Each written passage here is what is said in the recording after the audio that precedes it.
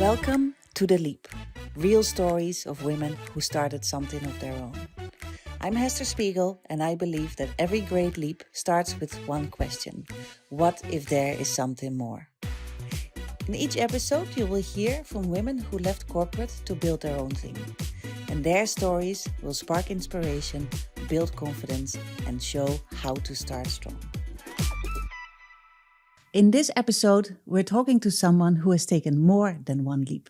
From senior corporate roles to founding a startup to exiting to Grab, and then leaping back into entrepreneurship with a very different outcome. Today's guest is wealth tech entrepreneur Chandrima. Welcome.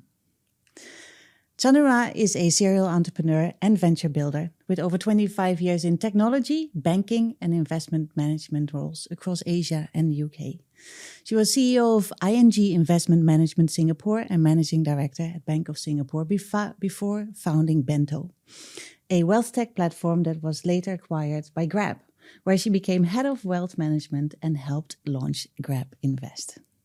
And then more recently, she co-founded Teleskop, a financial wellness and legacy planning startup, helping families track assets and plan for their digital and financial legacy. I'm so happy to have you here, Chandrima. Welcome to The Leap. Thank you, Hester.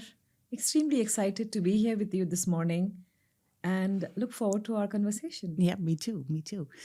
So to start us off, if somebody asks, so what do you do? How do you answer? It's a very interesting question because it's for the first time in my life, I am not on the treadmill. So there are a few things that I'm doing which are close to my heart. One is I am getting more involved in the social sector. I'm involved in a few charities. I'm learning a lot about how the machinery there works. The second thing that I'm doing is taking account of my investment, my finances, and doing a bit of a Marie Kondo of the financial affairs, which is also very important.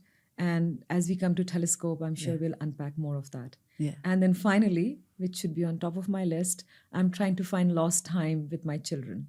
So that's what nothing specific, but a lot of interesting stuff.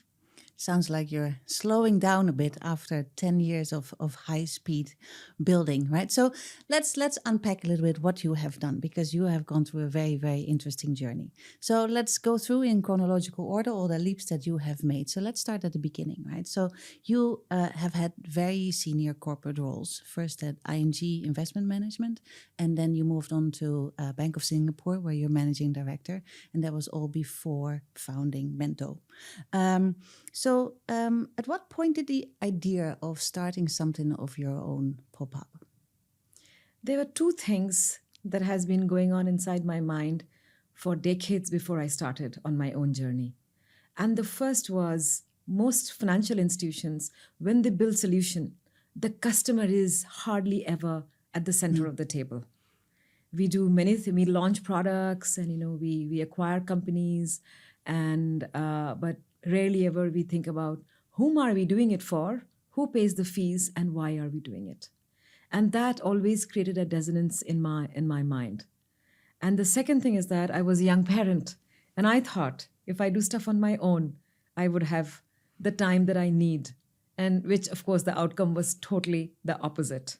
The first one was 10 on 10, but the second one, I kind of did not do what I wanted to do. Yeah, we'll get into that later. I think I totally understand what you mean. To that first point where you say you were, it didn't fit with you and your values anymore, that the customer was not at the heart of everything that was being done, right? And that was enough of a pull to move away from Bank of Singapore and to start your own thing. So is it fair to say that it was a pull into something that was more fit you better rather than a push away from corporate? I would say so. Yes. US tends to be, in terms of wealth tech and in terms of certain technologies, tends to be 5 to 7 years ahead of Asia or other parts of the world. And I had seen Wealthfront coming up, Betterment, and a few others. And I looked into their tech stack. It seemed to be simple and reasonable enough to launch. And Singapore was at the crossroads of being a technology center, which they were building it out, and also a well-established financial center.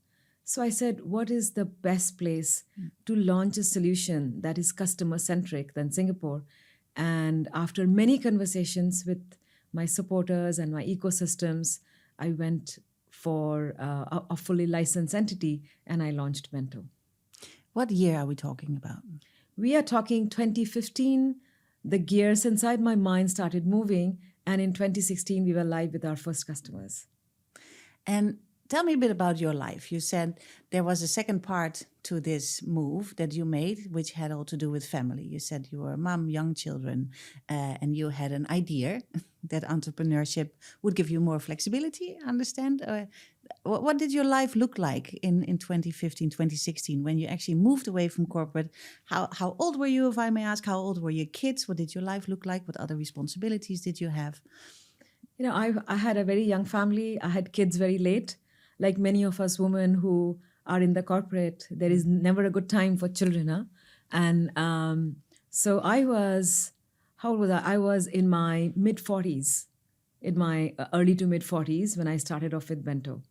And I thought that I would be my own boss, not.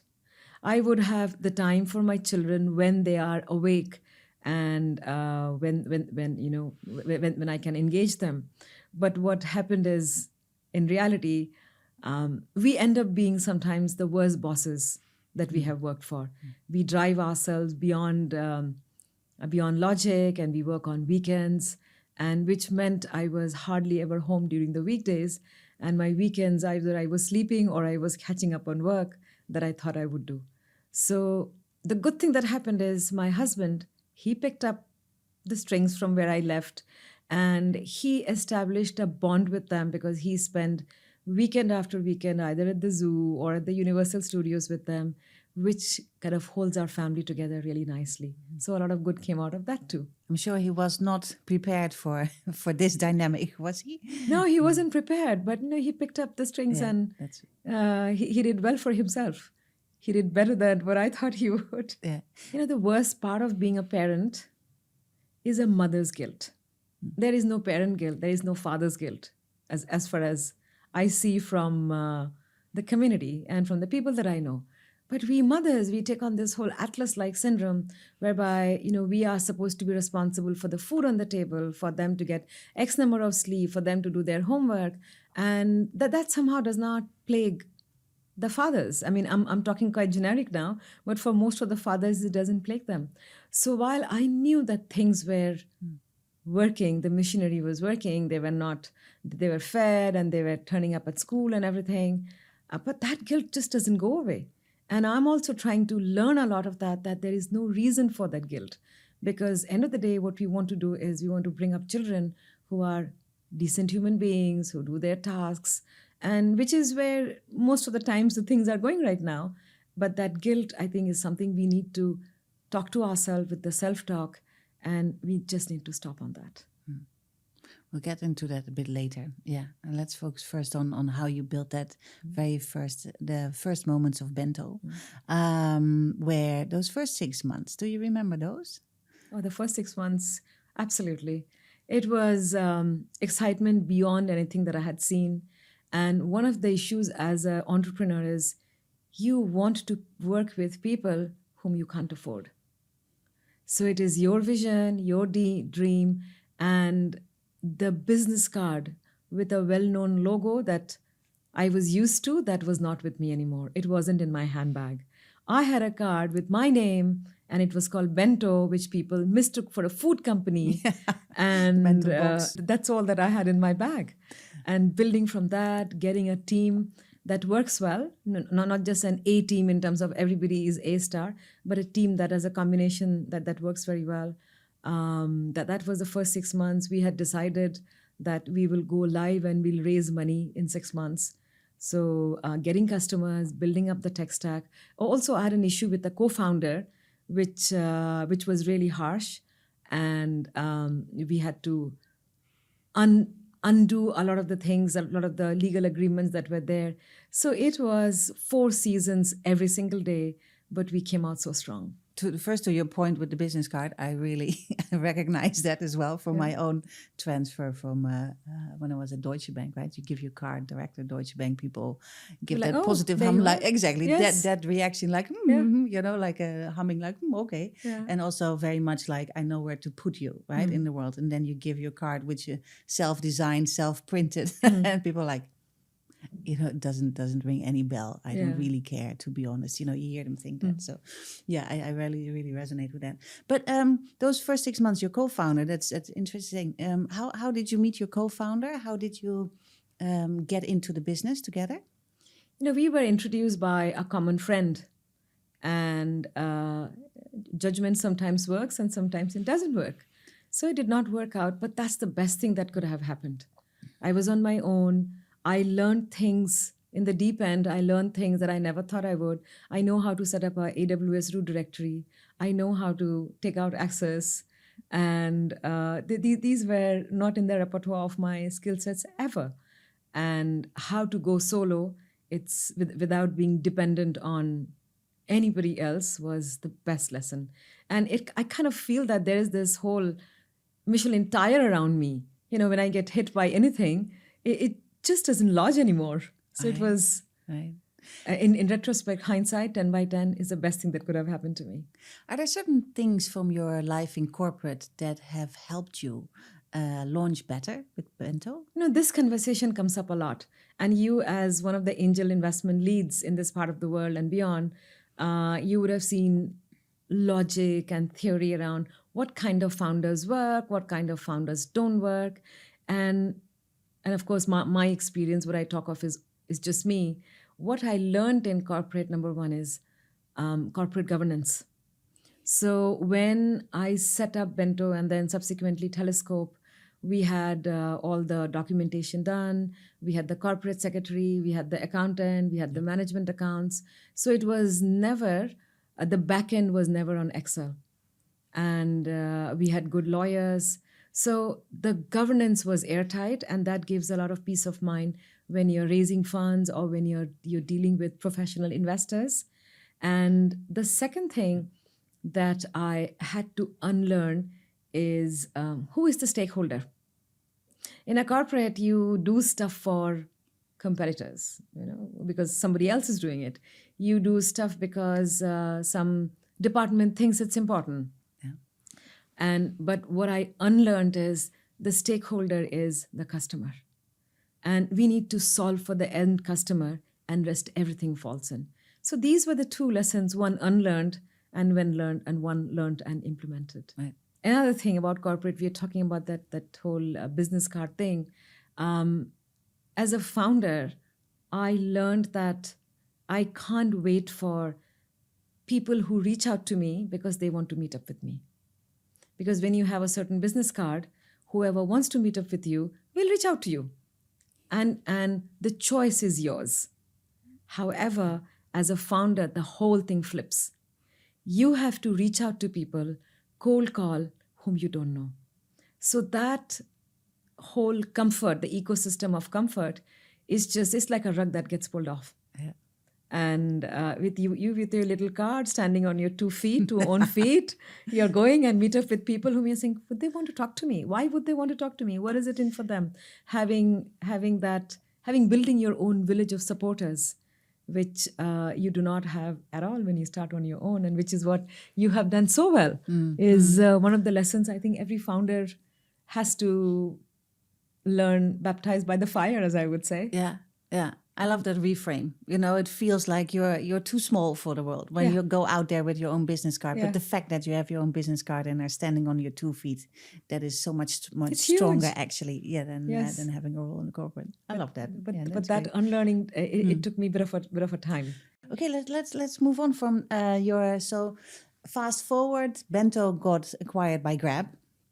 And then suddenly you went from running a lean startup into being inside a super app, right? Not necessarily corporate, but still, I assume it felt very different to be inside there. Can you tell a little bit about what was the biggest adjustment that you had to make? So getting acquired by the biggest consumer tech company was such a high point.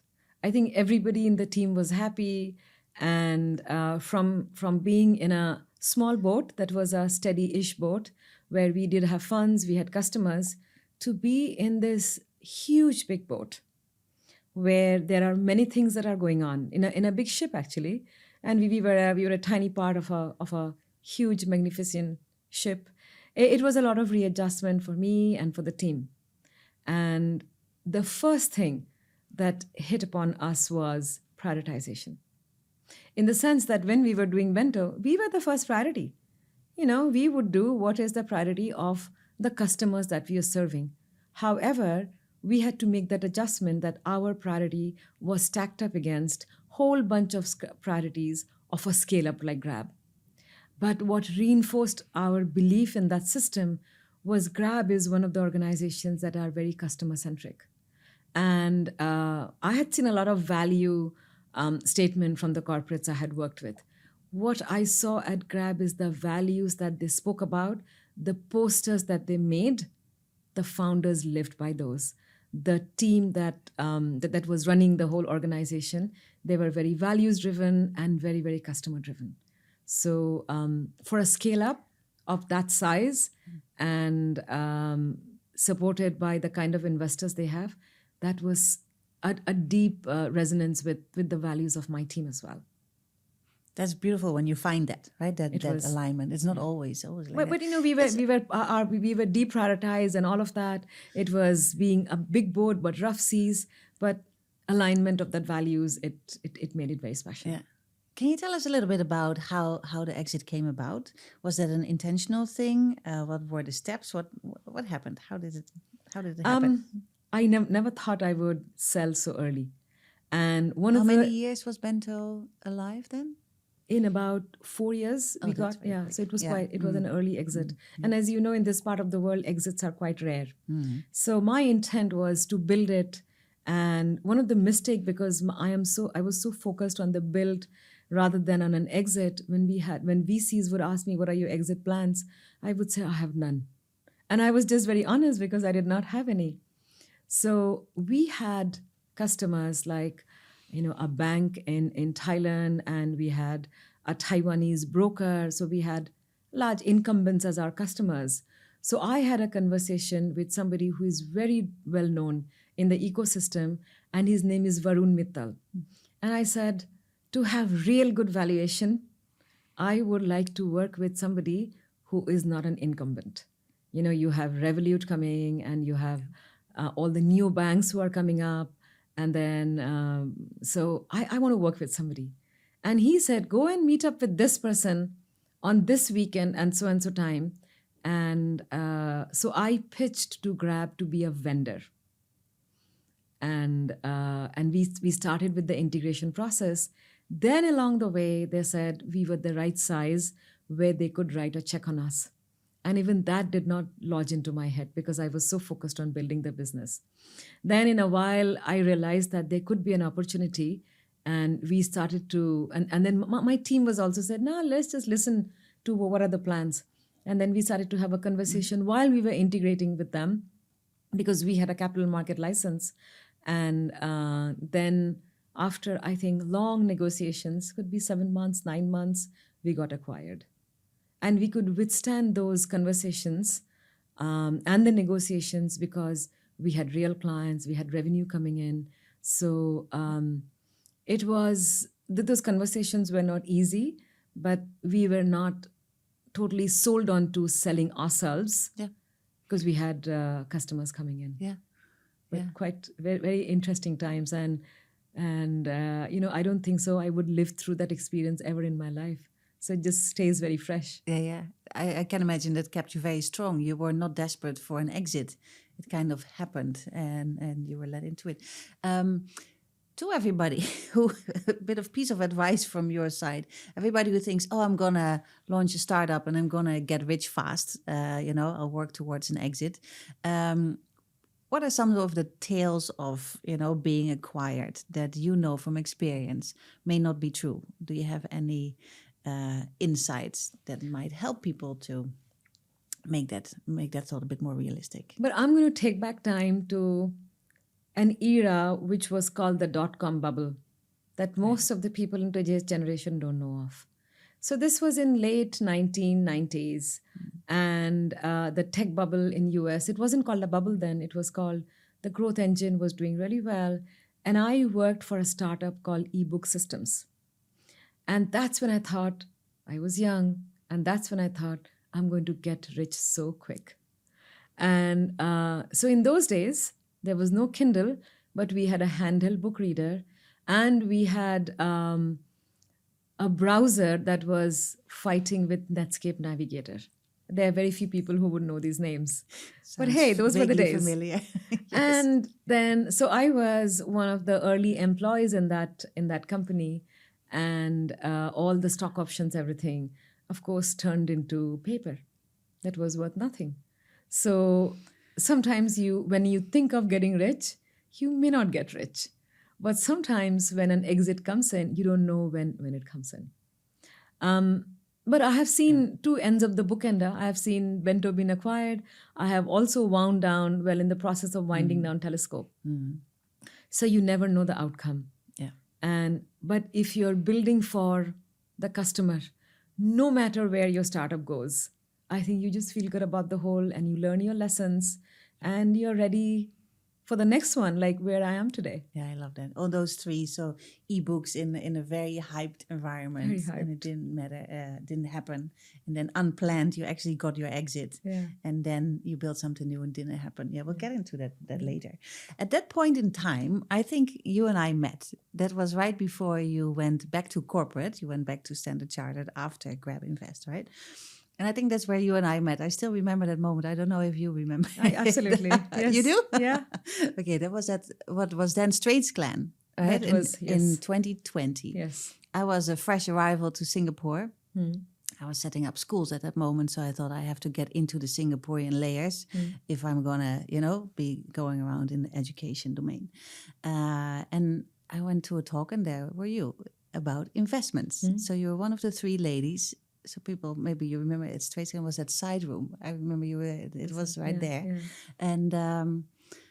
I mean, funny, isn't it? Because I was setting up schools at that moment, but now I'm actually in investment. So maybe you've had a bigger influence into where I am today. You have made such a pivot. You moved into a new country with a young family. Yeah. You found your village. Yeah. You founded Angel Investing. Yeah. And you're the best example of finding your feet in a new land. Yeah, I think also very much driven to your point earlier, doing something that matters to people that you care about. For me, it's important to work for people, do something for people that I care about, because then I can really get excited about it and think about the best solutions. And yeah, that is what I found first in Germany when moved from London to Germany. That is where I made my own leap from Deutsche Bank into setting up these schools. That was very much driven by that education is so out of date, right? It hasn't changed in 150, 200 years. And that just somehow got to me. So that is why I made that leap. And then because I believe that education should be accessible for everyone, and high quality education, I cared, and I, went knocking on the doors, found the funding, and set up these two schools. And then again, it sounds like edtech is so much. Again, I don't like to use the word hype, but edtech is evergreen. Yeah, and it could be. There's a huge opportunity for technology to make learning more relevant, more personalized, more fun, and that is still there. There's it has to come from very far. So we make incremental improvements, but there's still a long way to go. Yeah. So yeah, just wanted to. I think that is when we met. So that was in 2020. So we're about halfway of your, know what we're talking about. So and then you went back to corporate, right? So you had a major role at Standard Chartered, again in wealth, global head of managed investments, right?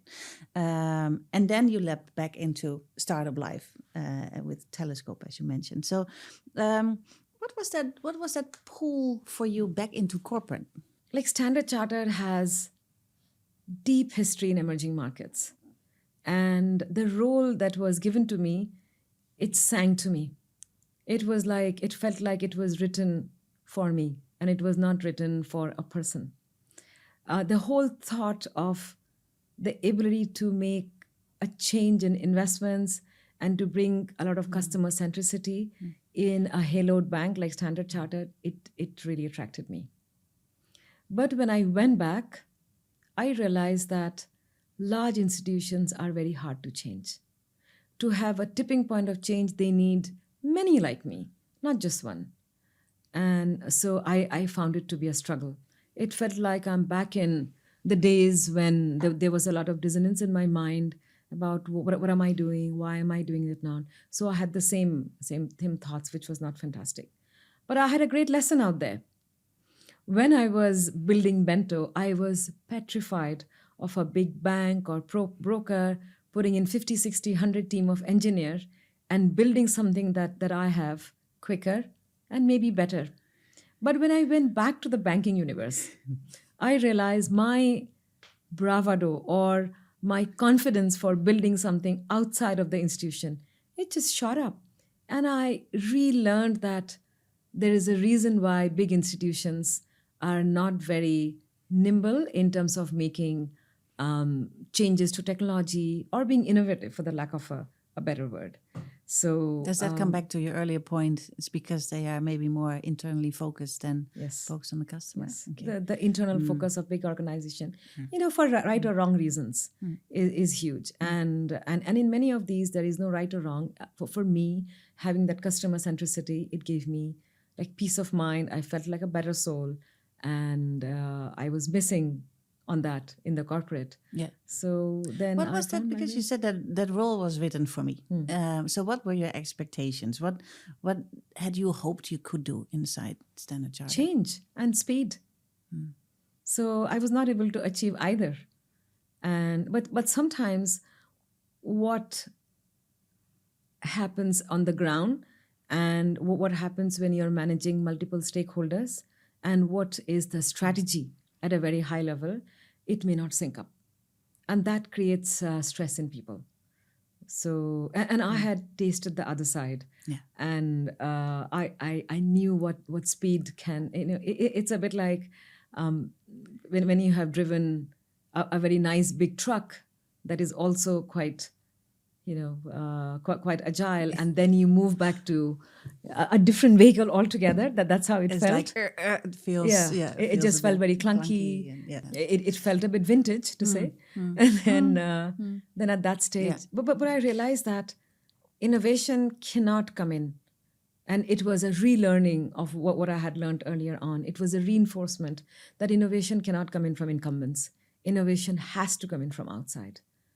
And that gave me a lot of fire to do something new. Exactly. And then when did the first spark of Teleskop come?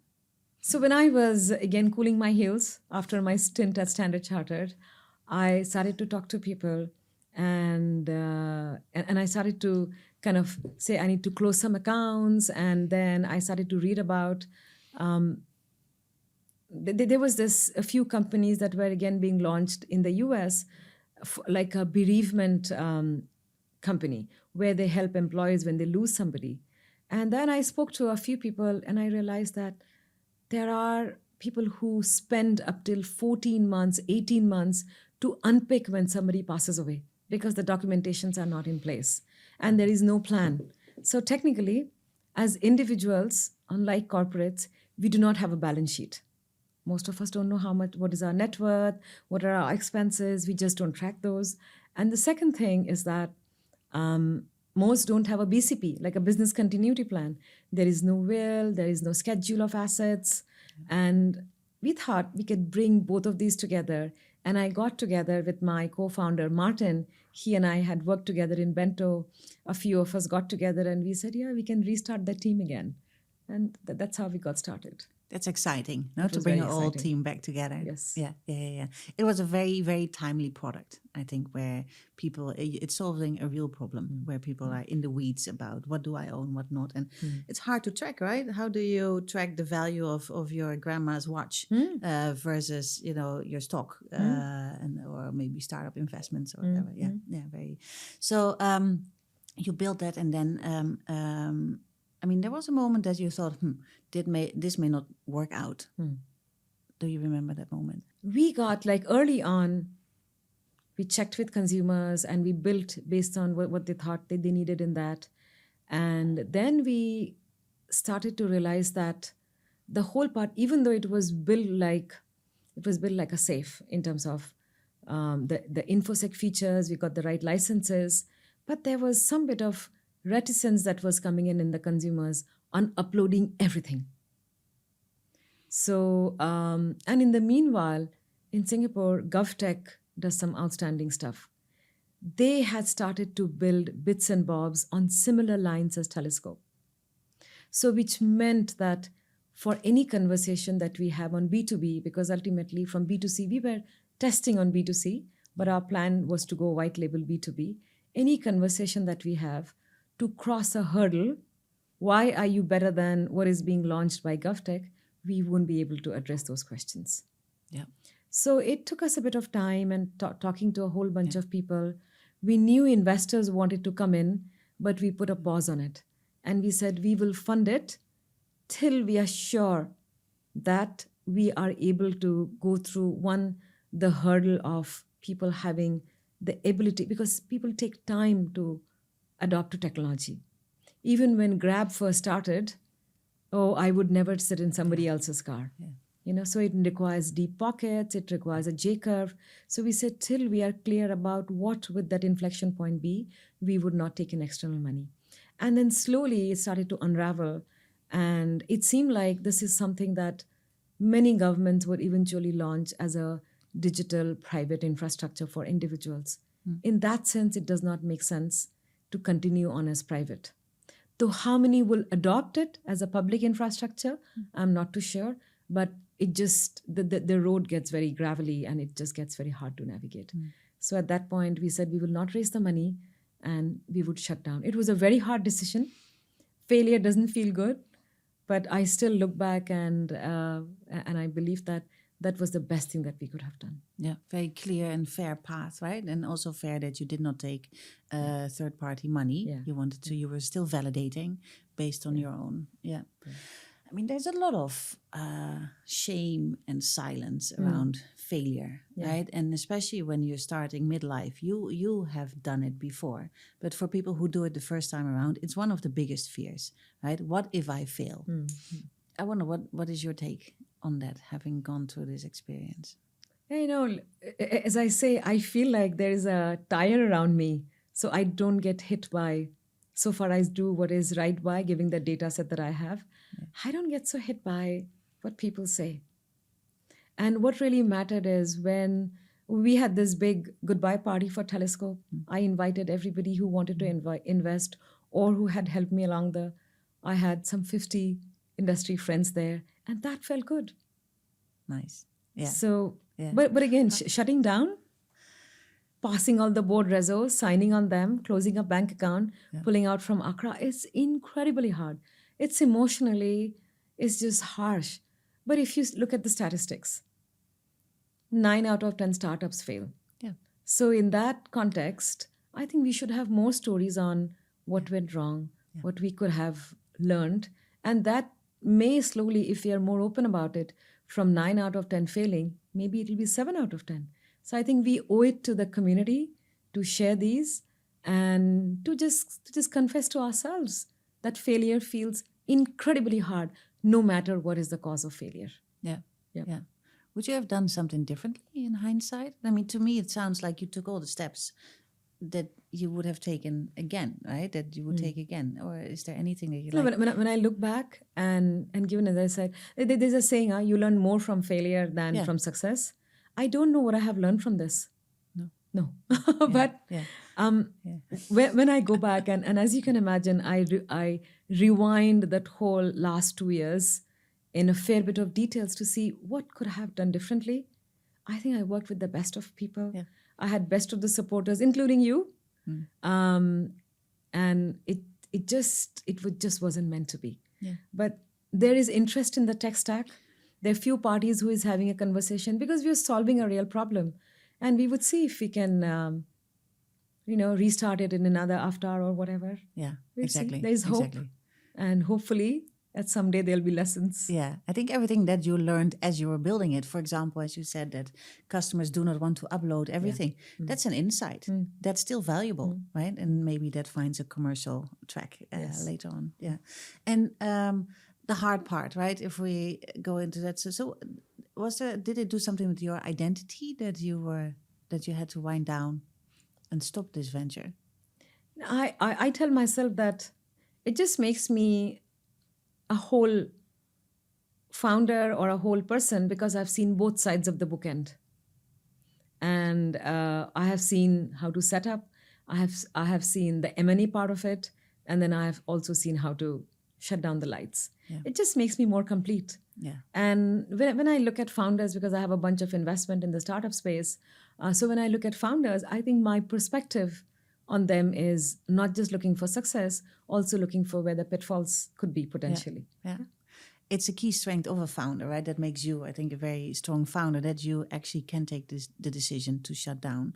There's so many founders who push forward, push on. And I think identity is a great part of this because they feel like, now I'm a startup founder. They have put lots of money in sometimes. Sometimes they have gotten money from friends or family or even investors. Then to say it hasn't worked out is extremely hard.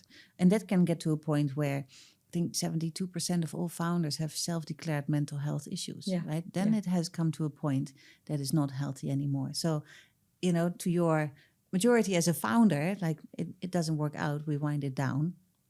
I think there's much to be learned from that to avoid damage, right? I've seen this with many founders. They just keep up the facade. Because as a founder, you change the mask a few times a day. You have a different facade to your investors. You have a different one to your clients. You have a different one to your to the people to your team, and it just constantly you are shifting as a person. And on that, if things are not really working, which in most cases it is, and you keep up that facade, it eats onto you. So my whole thing was we do everything that we can, and we be honest to the consumer, which is at the center of the table, which is always at the center. And then if it doesn't work, then we just make sure that we transfer their data in whatever format that they want back to them. The best that can happen to them is they have taken account of their investments, and they get one thing at the end of it. They got everything packaged nicely, and then we just step away from it. It was hard, but it was absolutely the right thing to do. Yeah, it was the right thing. Absolutely. Yeah. The first time you founded a startup, which is Bento, and the second time was Teleskop. Which one was easier or harder? I found Bento to be easier because in the investment domain, I knew stuff. I had worked on the institutional side, on the retail side, on the wholesale side. So I was instinctive about what works for the institution, where are the gaps with retail. So the build was absolutely clear in my mind. Whereas when we were building Teleskop, it was within wealth tech, but it was also pushing boundaries into something that does not exist. Bento-like companies existed in the US, so I had lessons. I was following them, and there were lessons from me. But Teleskop was brand new. It was a new concept, a new category. So in that, we launched kind of something that was quite ugly initially, and we got a lot of feedback because that's what we wanted to.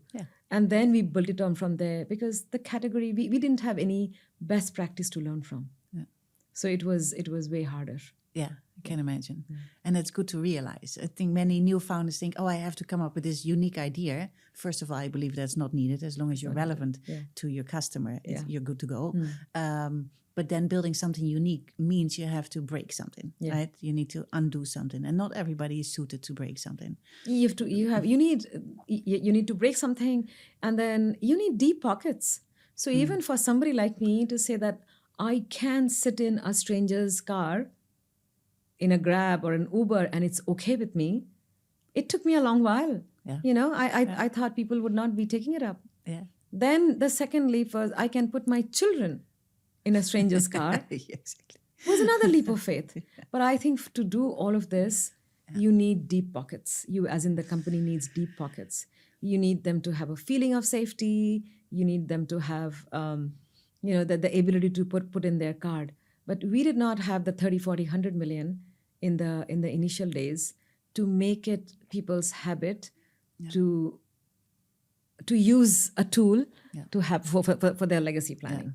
That's also very much B2C, right? When you build directly to customer, you need a lot of marketing dollars to make it for the adoption. Yeah. Now you're here, and in the beginning you mentioned, how it is to build as a woman entrepreneur, and that sometimes it's harder, right? That you have to work a bit harder. There was an article in CNA the other day. It said women are starting more companies than ever, but their businesses are slow to take off. And it said that was because of caregiving duties, risk aversion, and gender bias that are still holding women back from growing their companies in the same pace as men. It was an interesting article, and I took away from it, women need more time and more money.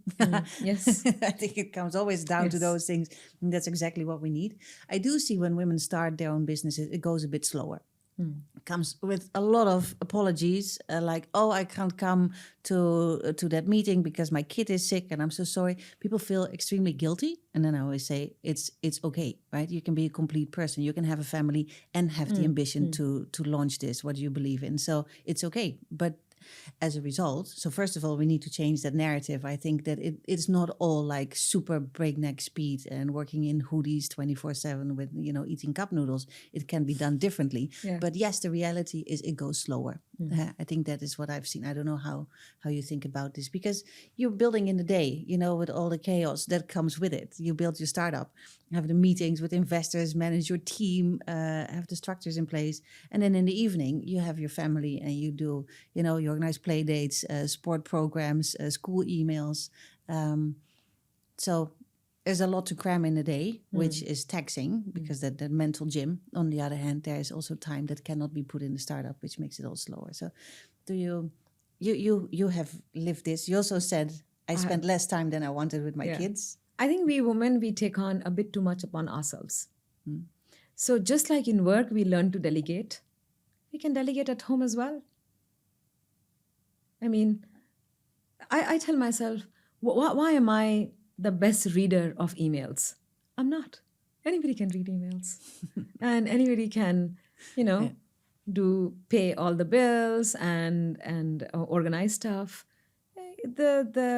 And you see, that's why the word parent does not have a gender. Just like the word friend doesn't have a gender. The moment you become a girlfriend, then the gender matters. And all along in work, people like us, we have never taken our gender to work. We have left it at home. So I think while we learn to delegate in our workspace, we can bring some of those skills at home. So that is number one. There's no need to be this superhuman who is responsible for providing with the food and the play dates and making sure that the house is clean. I mean, I live in a house that is quite filthy, actually, even now. And I have to admit, it just gets cleaned up once in a while. That's okay. That's lived in. And that's for 4 humans and a few pets sharing space.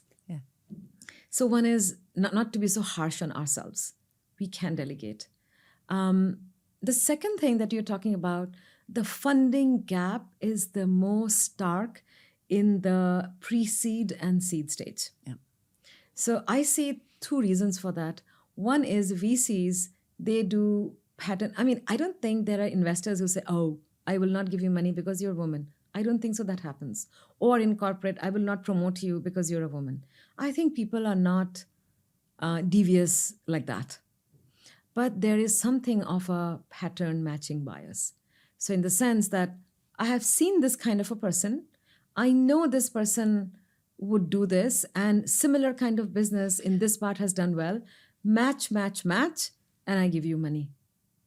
But the moment they see somebody who as a personality is different or looks different, then you really have to get into type B thinking, where you have to unpack a lot more. And that quick type A decision making of fitting into patterns, you have to move away from that. So I think one is the pattern matching bias. And then the second thing is we just take too much on ourselves. And as I said earlier, we don't need to be the mother of all things. We can be, a half decent parent. Like what I call is an MVP, a minimal viable parent is very good. Yeah. Exactly. Yeah. And then the second thing is not just we go home and we take over a different persona of a caregiver. We also don't socialize so much.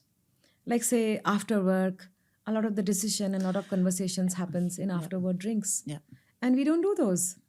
Yeah. And again, to your point of guilt, right? I have to be home with the kids because I haven't seen them the whole day. And you also have guilt that I can't leave at 4:30 or 5 p.m. because I've got work to do. I will leave at whatever 6, 7 when I know in my mind I've completed work. But that's okay. Yeah.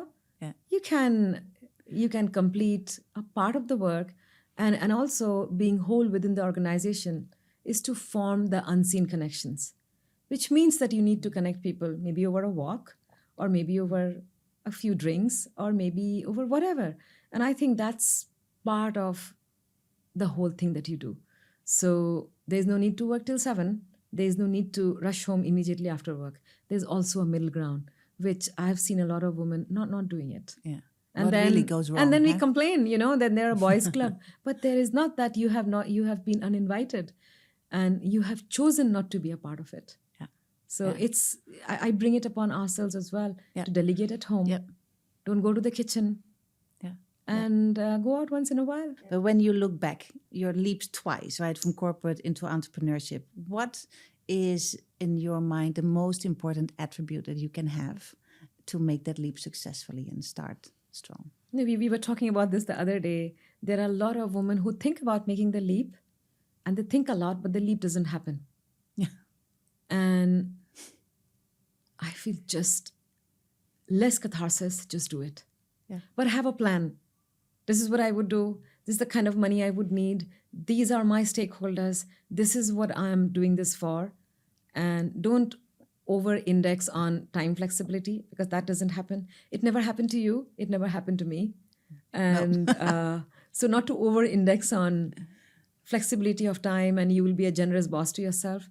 But I think just take the leap and give it a go. Yeah. And put in your 100%. Yeah. And that's what, and I say we because we both did the same thing. Yeah. And we did different things, but, exactly. Just be a bit kind to yourself and make the leap. Yeah. But have a plan. Don't jump on the deep side. And it also speaks to the execution power that you need when you actually do it. You can have a great idea. I mean, it's not up to us to say if it's a great idea. It's up to the customer if they want to pay for it. But still, you need to do it, right? An idea is not enough. Yeah. So if you cannot take that leap, then you have to question: can I actually execute when nobody's telling me what to do? And who is your village? You created your own village. You came to a country, and you reached out and you did that. Yeah. But also before taking the leap, who is going to help me? Whom would I talk to? Yeah. And how much money would I need? After how much? Yep. What are the milestones that I should be achieving while being kind to ourselves in the next 6 months, 3 months, 18 months? Yeah. And how does the painting look like in the long run? Yeah. And it's a bit hazy, but that's fine. Yeah. But to have a plan, to have who would be my new village, because all my my colleagues and people with whom I have lunches with, or people whom I go out with in the evening is gone, and I may or may not need them. But what is the ecosystem that I need to create? Yeah. So were there people in your journey that have been that played a really important role, which you would not have expected? Oh, absolutely. What role did they play? Every person who helped me was a surprise. And my first angel investors, and those were those were like angel checks of 300,000 angel checks. They were reasonably sizable, big angel checks, sizable angel checks in those days. It come in from somebody whom I met in Bank of Singapore. He introduced me. Oh, go and talk to this person, and I just went and had a conversation. So, and there were many whom I met during my corporate days with whom I stayed in touch with, because I do like to go out once in a while, and I stayed in touch with, they just, when I reached out to them, but they were always ready with advice. They gave me a shoulder when I was going through the hard time, and they connected me with money. So the community is more important, I feel, than capital. Yeah. If you have the community, then the capital comes through. Yeah. At one point after my corporate, I wasn't shy to reach out to people. That was another lesson that I learned. And my help, like the person who connected me to Grab, I met him in the community. Yeah. So it just came out of the woodworks, and he helped me through. He wanted to invest in Teleskop as well. And many of the relationships that I had during my corporate days, they continued. So it's that intentionally building, a system around you, support system of people who, there's not a direct reason inside yet, probably, Yes. but it's like the making friends before you need them. Yeah. Yes. Yes, you've got to make friends before you need them. Absolutely. Yeah. Because when it gets transactional, it's not going to work. It doesn't work.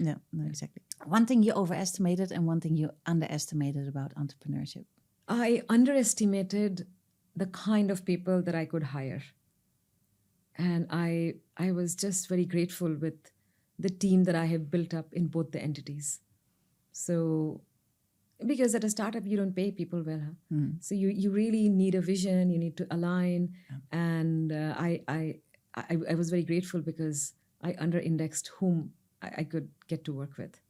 I overestimated like creating a new category. I thought money would just flow in. And I never thought that a government would be interested in launching something so deep in legacy planning.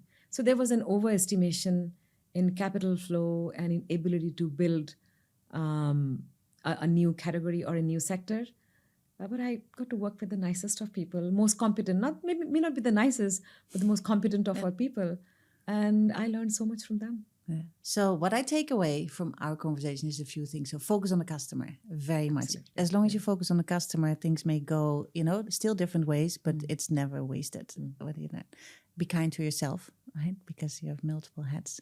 And indeed, creating that network, just creating a support system. And sometimes that means you cannot go home, no. 2 kids, and you're again not going to be home and have dinner with them. And sometimes that's fine. That's fine too. So what we say jointly is plan, but just do it. Just do it. Yeah. Just do Absolutely. it. Absolutely. Just do it.